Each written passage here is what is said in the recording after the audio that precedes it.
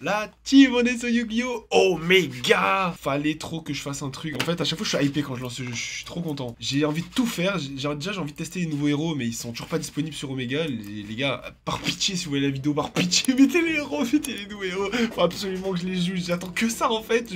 Je suis né pour jouer ce deck. Par pitié, laissez-moi le jouer, merde. Là, du coup, je vais me retrouver obligé de jouer d'autres decks. Mais tranquille, c'est pas grave. Pourquoi? Parce qu'en stock, j'ai un L noir Centurion qui attend, les gars. Chut. On dit rien, chut, je fais chuter avec mes doigts, y a pas de caméra. Mais ouais, ce deck m'attire de malade. C'est un peu une V2 de Synchronique Centurion, c'est un peu le petit frère. Pas une V2, mais le petit frère. Donc faut absolument que je la joue.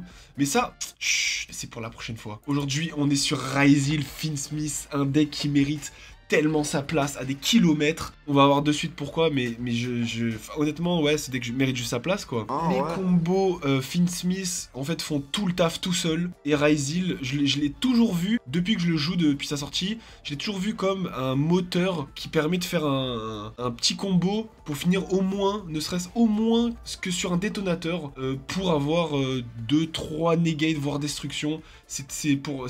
Pour moi, Ryzeal, c'est ça. Après, on peut faire tellement plus, mais j'ai toujours vu ça comme ça. Et bah, les joueurs et la communauté a compris tout seul, en fait, qu'il fallait juste mettre juste Finsmith. Hein, c'est 10 putains de cartes qui coûtent 400 balles, mais...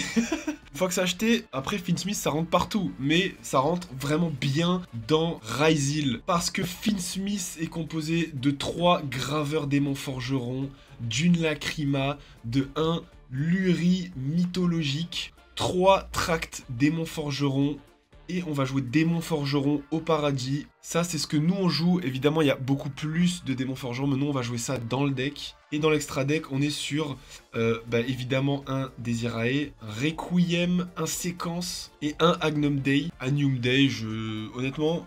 je m'en branle. Nous, on les joue, c'est déjà ça. Mais la mention honorable sur le DDD César, grand roi des vagues. De toute façon, on va revenir après sur tout ça, mais voilà, ça c'est notre Finsmith. Avec quasi n'importe quelle carte que je viens de citer pour le main, on finit sur un Desirae à 2, 3, et avec une bonne main, 5 negates. C'est genre un monstre qui negate 5 cartes. C'est abusé. Est-ce qu'on peut dire que c'est abusé? Parce que du coup, ça va pouvoir nous laisser la place pour, du coup, détonateur. On sera pas obligé de gratter les matériels de détonateur pour annuler. On pourra détruire 3 avec détonateur, annuler 5 avec Desirae. En plus, avoir démon forgeron au paradis pour... bah, si on n'a pas sorti Desirae, l'envoyer au cimetière, détruire un, c'est trop fort. J'aimerais bien jouer aussi Rex Tremende, trouver une place. C'est pourquoi je me dis que peut-être enlever la ligne 5 pour jouer Rex Tremende, parce que quand il est envoyé au cimetière, donc pourquoi pas avec l'effet de démon forgeron au paradis, envoyer un Rex Tremende, et lui en fait, on va juste pouvoir reprendre un démon forgeron au cimetière ou banni, et le renvoyer à la main. Donc en fait c'est super fort, parce que par exemple contre du Malice ou quoi qui pourrait potentiellement nous bannir Desirae, ça nous ferait une bonne carte pour repartir grâce à Extreme ND. C'est trop fort. En fait c'est trop fort, de toute façon vous allez voir dans les combos, mais il y a quand même une deuxième solution.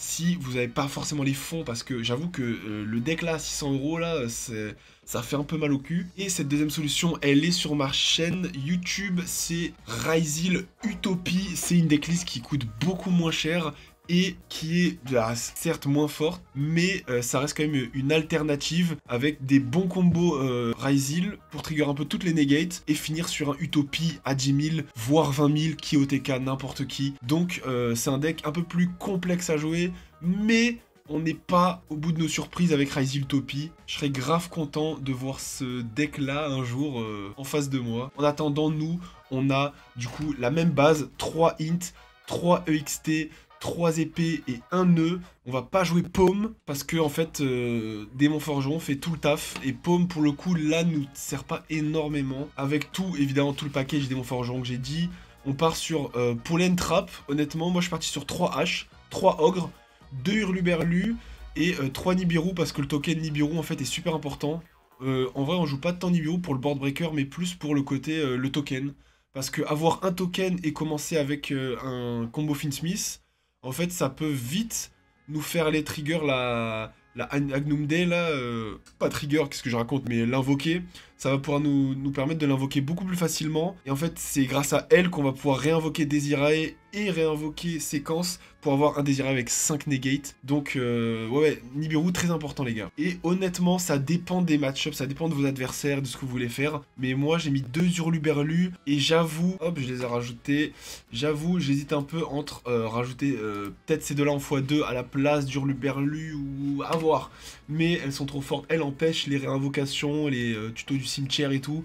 En fait, c'est elle annule le cimetière et elle annule juste un effet. Elle annule un effet et lorsque le monstre qui voit ses effets annulés quitte le terrain, votre adversaire perdra son attaque en point de vie. C'est plutôt fort, bien mis, ça peut être très fort. Et par exemple contre Malice, sur le match splash, c'est trop bien. En fait, c'est juste trop bien. Ça peut vraiment faire une end phase sur un monstre sur son terrain, donc c'est grave cool. Mais ouais, je suis parti sur 2 Hurluberlu ou peut-être 2 fantômes du défunt et fraîcheur lunaire. À vous de voir. Après, forcément, 2 terrains et un branchement et 3 feux ardents. 3 imperm évidemment pour les trappes. La trappe de plasma, c'est vraiment la decklist classique en fait qu'on peut trouver, je pense, un peu partout, mais parce qu'elle est vraiment parfaite. 2 détonateurs de préférence. J'avoue que là, j'en avais mis un parce que dans mon deck IRL, j'en ai qu'un seul, mais il faut que j'en rajoute un deuxième, vu que j'ai enfin mon deuxième détonateur. 2 Joe Propulseur, un Chevalier Colline du Mal, parce que c'est en le faisant lui, si on n'a pas de Finsmith ou qu'on n'arrive pas à faire de trucs, hop, on le part sur lui et on peut aller redémarrer sur un combo Finsmith avec Requiem par-dessus celui-là. C'est trop bien.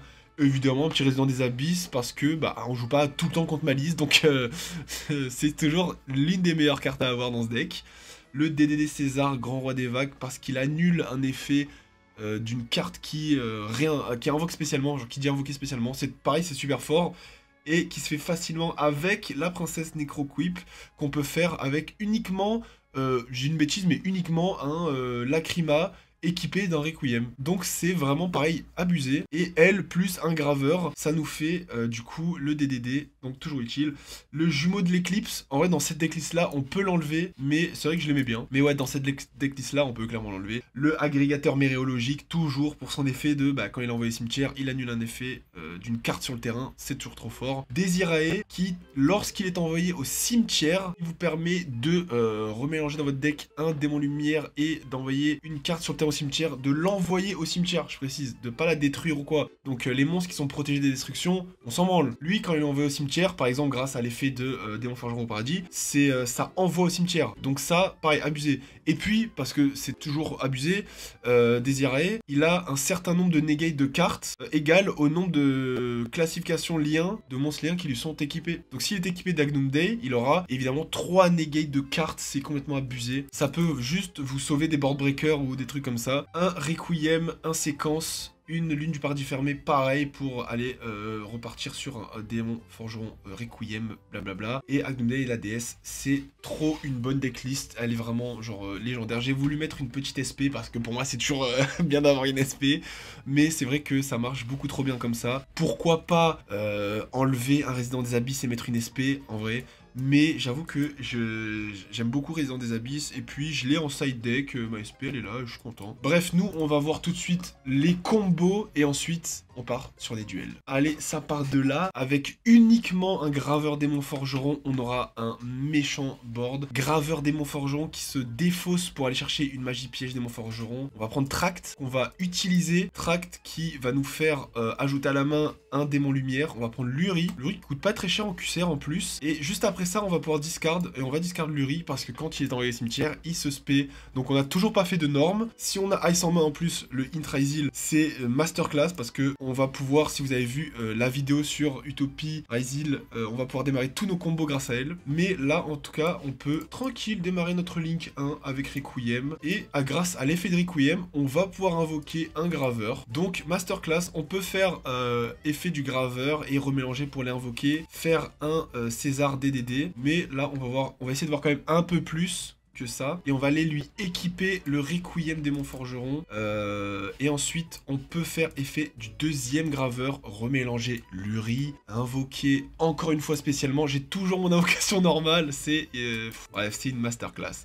Donc là, comme je disais, DDD, mais on va partir sur séquence. Et c'est ce que je disais tout à l'heure, séquence va nous faire invoquer en renvoyant les matériels. Donc là, on est sur une seule carte dans le deck. On a tout repris, on esquive les bannissements de malice, on esquive tout. C'est génial. On invoque des Irae, c'est gratos. Et on part tout de suite sur Agnum Day. On va pas faire son effet de préférence, mais faire l'effet d'Agnum Day. On va réinvoquer du cimetière des Irae. Agnum Day, trop fort, qui nous fait réinvoquer des Irae du cimetière et qui s'équipe. Donc là, à partir de là, avec une seule carte, on a un des Irae et 3 negates. Mais c'est pas fini parce qu'on va faire effet de séquence et équiper séquence à des Irae. Et là, ça fait un monstre, les gars. Écoutez-moi bien. 5800 d'attaque. Les monstres équipés gagnent une attaque égale à la somme des cartes. Donc ça lui fait donc 5600. Agnum Day lui donne Perce Def, 5800 d'attaque, et séquence empêche Desiree d'être ciblé par des effets. Ça fait qu'on a un monstre qui est inciblable, qui a 5800, qui fait Perce Def, et qui a 5 putains de negate. Genre, donc bref. Voilà ce qu'est capable de faire Finsmith. Et à partir de là, c'est ce que je disais, on va pouvoir partir sur notre norme Ryzeal et démarrer tout notre combo Ryzeal. Les gars, il faut savoir que moi, je me suis mis un peu tard dans la méta. J'étais plus dans les decks fun et tout. Hein. Voilà, donc je m'exclaffe un peu. Je suis un peu choc barre de baiser quand je vois tout ça. Mais peut-être pas vous. Mais c'est normal. Les gars, c'est la passion du jeu quand même. S'il vous plaît. Donc là, avec le Ice, on n'a plus peur d'être lock. Donc on va pouvoir partir sur épée Ryzeal. Et à partir de là, on va prendre EXT. Et là, on va être lock. On va faire effet, envoyer... Ah non. Je me suis trompé. J'ai pas réussi à aller jusqu'au bout. On va envoyer agrégateur méréologique, pas lui. On envoie agrégateur, hein, évidemment, parce que je suis juste mongolien. Désolé. On va faire duo drive et partir sur effet duo drive. Aller prendre branchement. En plus, j'ai déjà un terrain en main, mais bon. Partons du principe que je n'en ai pas. Hop, effet duo drive, je prends un branchement, un terrain. Je peux poser mon terrain. Avec un peu de chance, il me le détruit ou quoi. Ouais, frère, je m'en fous. Bien, je peux negate en plus. Je peux negate là, je m'en fous. Voilà. Et on peut partir sur branchement, réinvoquer un et équiper un monstre du deck. Pareil, je l'ai pas fait, mais pourquoi j'ai dit non? Aujourd'hui, je suis malade, j'ai des problèmes. Bon, et normalement, avec branchement, je peux équiper Duo Drive d'un monstre Ryzeal directement depuis mon deck. Du coup, je prendrais... on peut prendre un épée Ryzeal ou un EXT Ryzeal et équiper Duo Drive de ce monstre. Et ensuite, on peut partir sur la petite masterclass du deck. Honnêtement, et on fait oui, et là on prend agrégateur méréologique, et honnêtement, ça nous fait un board légendaire, un board à un monstre qui est inciblable, qui a 5800, qui fait Perce Def. On a 3 negates de monstres grâce au terrain et les 3 matériels, qui font aussi du coup 3 destructions à voir. Et là, nos monstres gagnent 100 points d'attaque normalement. Là j'ai dit non, mais normalement 100 points d'attaque, donc là je suis à 5900. C'est trop fort, c'est vraiment abusé, il y a trop de trucs à faire en fait avec un board comme ça. Et dites-vous que la plupart des mains que vous allez avoir dans ce deck avec ces ratios là vont vous faire finir sur un board qui est quasi similaire. Vous finirez probablement soit avec un duo drive et un Desiree à 2, peut-être 3 negates, ou alors avec un détonateur et un Desiree, pareil à 2 negates. Ça reste quand même abusé les gars, faut pas... En sachant que là encore j'ai 3 cartes en main, et c'est pas fini, je peux faire effet du terrain, je vais renvoyer mes 2 cartes pour piocher 1, j'ai 4 cartes en main. Donc c'est complètement pété, hein, genre on part instant en duel, Kashtira, imaginez c'est Malice Kashtira. Donc je suis deuxième, malheureusement. Là, il va faire effet, il va chercher Fenrir, spé Fenrir. Donc est-ce que, moi je pense ma ogre j'attends. Je pense j'attends ma ogre, parce que là, ogre plus Nibiru, c'est fort. C'est ce que j'avais déjà dit dans une vidéo, moi je privilégie plus les end-traps et les board breakers. Mais les end-traps qui détruisent, je privilégie plus ça en fait. Et il a pas du tout fait ça. Oh merde, qu'est-ce qui se passe? Il a pris ça. Et est-ce que du coup ça le rend quoi indestructible par ogre par hasard? Ok, non, c'est si elle est bannie, elle revient à la main. Vous savez quoi? Je me suis tellement jamais battu contre du Kashtira que je sais pas moi, je sais pas quoi faire. Je sais quoi, si spé Fenrir, en vrai je détruis Fenrir et c'est cool. Mais là j'ai pas voulu le faire, bon c'est licorne mais c'est pareil, j'ai pas voulu le faire. Je sais pas trop, j'ai juste peur qu'ils mettent un truc qui les rend inciblable ou indestructible ou je sais pas quoi. Là honnêtement, j'ai envie de la détruire. C'est la terrain, j'ai envie de la détruire. Ouais, en plus c'est une carte qui m'emmerde, je vais... Après j'irai méréologique au pire, non, je vais la détruire, je vais la détruire. Oh, il y a ici la call-by, non ça va. Ça me faisait trop chier, et j'avoue j'aurais voulu... Aïe aïe, non. Il va bannir Requiem, pas grave, évidemment. C'est pas grave. Bon, en plus, c'est ce que je joue, hein. Kashtira, c'est juste abusé, les gars. C'est vraiment trop fort, ces cartes. Mais on va pas se plaindre, parce que j'ai quand même un tract en main, donc tranquille. J'attends juste qu'il continue un petit peu son combo. J'espère qu'il va pas s'arrêter là. Il est à 3 et Erebus le monarque, ok. Et ouais, comme ça, je lui mets un petit Nibiru, comme ça, je suis bien. Et ça me saoule un peu de pas pouvoir avoir mon petit Requiem. Et à la limite, dans mon combo, je peux envoyer peut-être au cimetière Démon Forgeron au paradis. Ah, mais j'ai pas mis Extremende. Et vous voyez pourquoi? Oh non, il m'a mélangé Tract. Oh, je suis trop deg. Et la seule que je voulais pas qu'il mélange, j'ai trop la haine. Et ouais, parce que Rextremende, du coup, j'aurais pu l'envoyer au cimetière et reprendre mon Requiem et démarrer mon combo. Bref. Qu'est-ce qu'il veut, lui? Ajouter à ma main? Ouais, aucune qui m'a mangé. Je vais prendre son terrain parce que j'ai... Ah, non, ok, j'ai mal compris l'effet. Bon!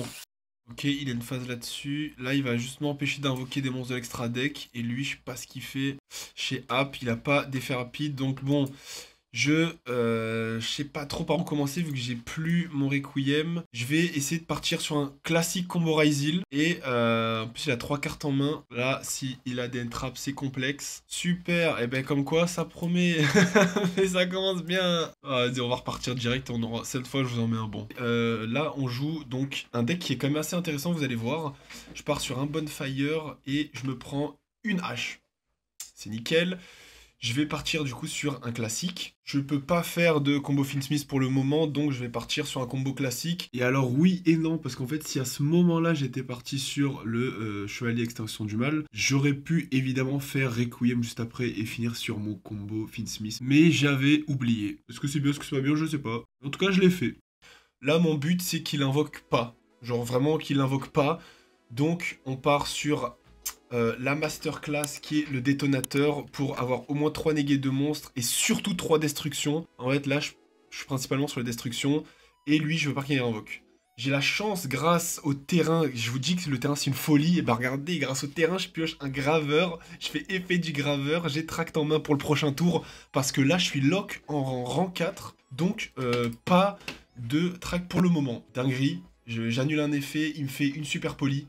Je peux pas répondre à Super Poly, donc je suis obligé de me laisser faire. Mais tranquille, il aurait jamais dû prendre... Après, t'es obligé en vrai, mais faut pas prendre détonateur. En vrai, quitte à ce que je perde un propulseur, mais vaut mieux prendre propulseur. Détonateur, c'est le plus dangereux, parce que bah, forcément, tu l'envoies au cimetière, t'invoques ton Albion, et moi, derrière, je vais faire effet d'agrégateur pour annuler.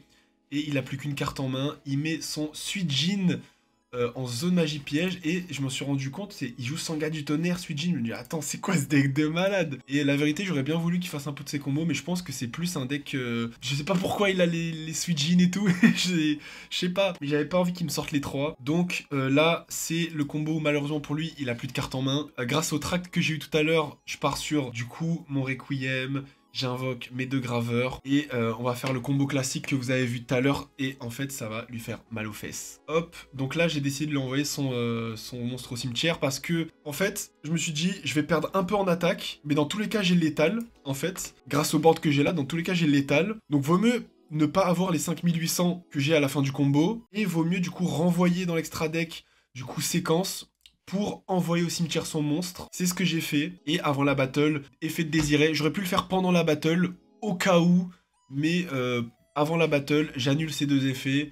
Encore une fois, parce qu'on sait jamais. Gros, je connais pas bien les effets, j'ai la flemme de lire. J'annule et j'attaque. C'est une victoire. Limite de temps atteinte. Le frérot, il a décidé de lire et de se faire une Red Bull pour relire toutes ses cartes parce qu'il s'est pris une rafale. Vous voyez un peu la puissance de ce deck, il est difficilement stoppable parce que en fait, même avec une main moyenne, on peut quand même partir sur un board qui est difficilement passable et malheureusement pour lui, il avait pas un gros deck méta donc ça a été beaucoup trop dur. Mais quand même force à lui parce que c'est cool de jouer des petits decks comme ça qui sont pas non plus abusés. Ça reste quand même un deck du marqué, c'est quand même abusé, c'est quand même très fort. Mais bon, face à ça là, ça fait rien. Le deck est trop cool, vous le connaissiez peut-être, mais comme ça vous avez maintenant un tuto et une decklist en français et des explications en français. C'est pour ça que je fais ces vidéos-là. Donc nous, on va se laisser là. Si vous voulez voir des decklists, des combos, dites-le moi en commentaire, c'est toujours super cool. J'aimerais bien vous faire un Mimighoul. Donc ouais, Mimighoul, je suis trop fan, j'adore. Donc il y a grave moyen qu'on se fasse un Mimighoul. Et on n'oublie pas Elle Noire parce que je cherche ma pépite synchronique toujours et encore. Bref, sur ce, merci beaucoup d'avoir suivi la vidéo. Je vous embrasse, ciao, à la prochaine et abonnez-vous parce que c'est toujours super important. Allez, salut!